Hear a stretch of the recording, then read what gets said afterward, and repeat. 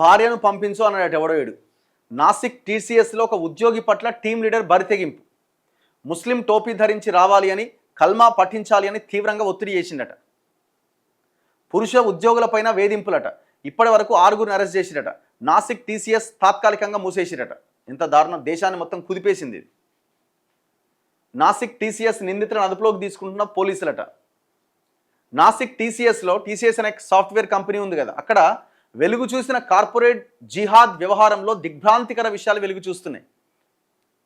ఇప్పటి వరకు మహిళా టెకీలే బయటకొచ్చి లైంగిక పరంగా, మతపరంగా తమ పైన జరుగుతున్న దాడులపై పోలీసులకు కంప్లైంట్ చేశారు. ఇప్పుడు పురుష ఉద్యోగులు సైతం తాము అనుభవించిన నరకంపై నోరు విప్పడం మొదలుపెట్టారు. పనిస్థలంలో కావాలని వేధింపులకు గురి చేయడం నుంచి అత్యంత సున్నితమైన వ్యక్తిగత భావాలపైన దాడి చేయడం, మత మార్పిళ్లకు ఒత్తిడి చేయడం దాకా ఎలా నాసిక్ టీసీఎస్లోని కొందరు టీం లీడర్లు మానసికంగా చిత్రవద చేసింది వివరిస్తున్నారు.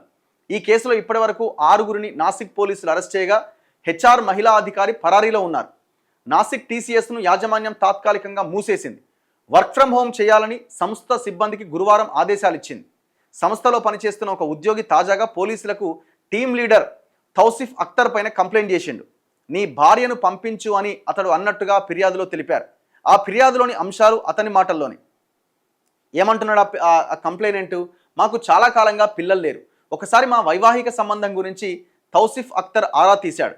నీ భార్యను నా దగ్గరికి పంపించు, నిన్ను తండ్రిని చేస్తాను అంటూ అశ్లీల పదజాలంతో మాట్లాడిండు. అక్కడే ఉన్న తోటి ఉద్యోగి డానిష్ షేక్ అదే తరహాలో మాట్లాడిండు. దీనిపై గొడవ జరగ్గా కోపంతో తౌసిఫ్ టేబుల్ ఫ్యాన్ను నాకు తగిలేలా విసిరిగొట్టాడు. చంపేస్తాను అని బెదిరించాడు. దీనిపై హెచ్ఆర్ కంప్లైంట్ చేశా. ఆ తర్వాత దాని గురించి నేను మర్చిపోయా. వాళ్ళ వేధింపులు ఆగలే.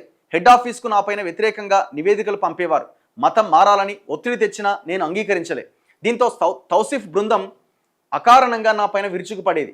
వారి మాట విననందుకు నన్ను, ఇతర ఉద్యోగులను వేధింపులకు గురి చేశారు. ముస్లిం టోపీ ధరించి కార్యాలయానికి రావాలని, కల్మా పఠించాలని, నమాజ్ చేయాలి అని ఒత్తిడి చేసేవారు. మా తోటి ఉద్యోగిని ఒకసారి తౌసిఫ్ డానిష్ల అకృత్యాల గురించి చెప్పి కన్నీళ్లు పెట్టుకుంది.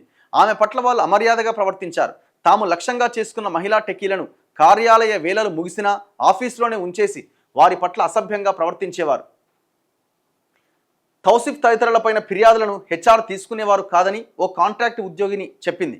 వాళ్ళు నన్ను కార్యాలయంలోని చివరి అంతస్తులో పనికి నియమించారు. నా దగ్గర ఫోన్, బ్యాగ్ ఉండనిచ్చేవాళ్ళు కాదు. మాలో 20 నుంచి 25 ఏళ్లలోపు మహిళలను లక్ష్యంగా చేసుకున్నారు. మతం మార్చుకోవాలని, హిందూ అమ్మాయిలతో స్నేహం నటించి పెళ్లిళ్లు చేసుకోవాలని తౌసిఫ్ బృందం తోటి ఉద్యోగులను వేధించేవారు. అయితే కార్పొరేట్ జిహాద్ వ్యవహారం సంస్థ ఉన్నతాధికారులకు తెలియకుండా జరిగి ఉండదని సిట్ వర్గాలు భావిస్తున్నాయి. హెచ్ఆర్ మహిళా అధికారి నిదా ఖాన్ను ఈ వ్యవహారంలో కీలక సూత్రధారిగా అనుమానిస్తున్నాయి. అరెస్టుల తర్వాత నిందితుల్లోని ఒకరిని నాసిక్ టీసీఎస్ అసిస్టెంట్ జనరల్ మేనేజర్తో మాట్లాడినట్లు ఈ వర్గాలు తెలిపాయి. ఎంత ఘోరం అసలు! ఏం దారుణం ఇది!